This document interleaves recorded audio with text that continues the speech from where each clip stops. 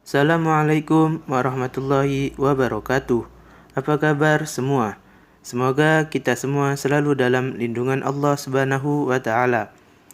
Di dalam video ini, kita akan mengetahui nama-nama hewan yang tercantum di dalam Al-Qur'an. Al-Qur'an diturunkan dengan segala kesempurnaannya. Tak ada cacat satupun di dalamnya.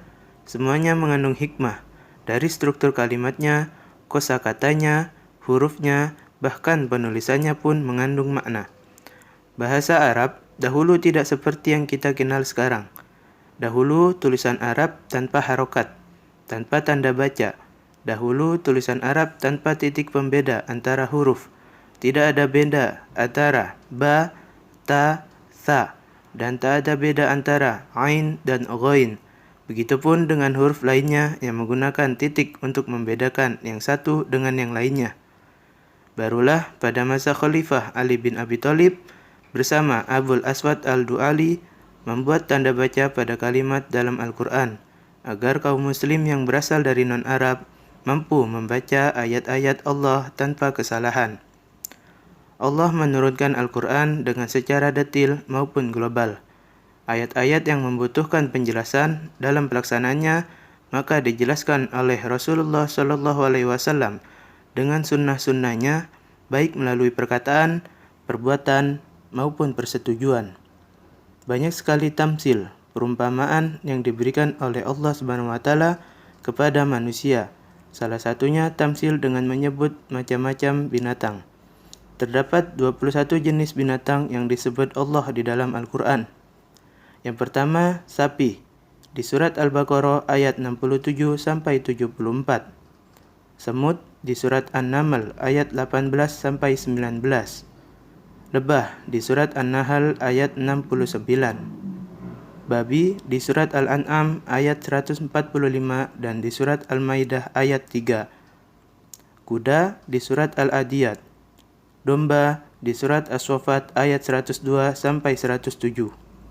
Ikan paus, di surat As-Saffat ayat 139-145.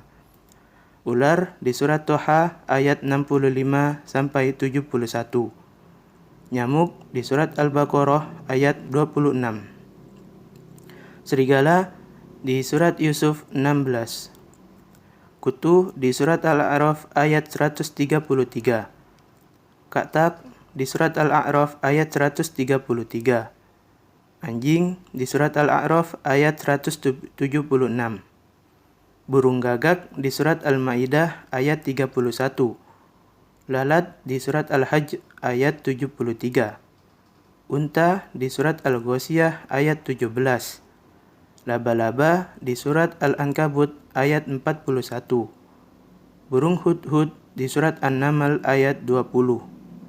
Rayap, di surat As-Saba ayat 17. Gajah, di surat Al-Fil. Dan yang terakhir, keledai, di surat Al-Jumu'ah ayat 5. Setiap penyebutan binatang yang sebutkan tadi pasti berhubung kait dengan tema yang dibahas. Tetapi 21 binatang yang ini yang membawa kita berpikir tentang ibrah yang diberikan Allah kepada hambanya untuk memudahkan hambanya memahami maksud yang terkandung di dalamnya, untuk lebih menyentuh perasaan hamba dan tentunya untuk ilmu pengetahuan bagi hambanya. Penelitian demi penelitian terungkap ketika Allah menyebut lebah, maka manusia meneliti tentang manfaat lebah, madunya, sarangnya, dan semua karakteristik kehidupan lebah yang selalu bersama, bergotong royong, dan menjaga satu sama lainnya.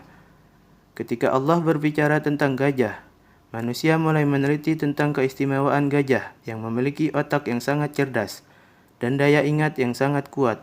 Begitupun dengan binatang lainnya yang disebutkan Allah memiliki ibrah, baik positifnya maupun negatifnya.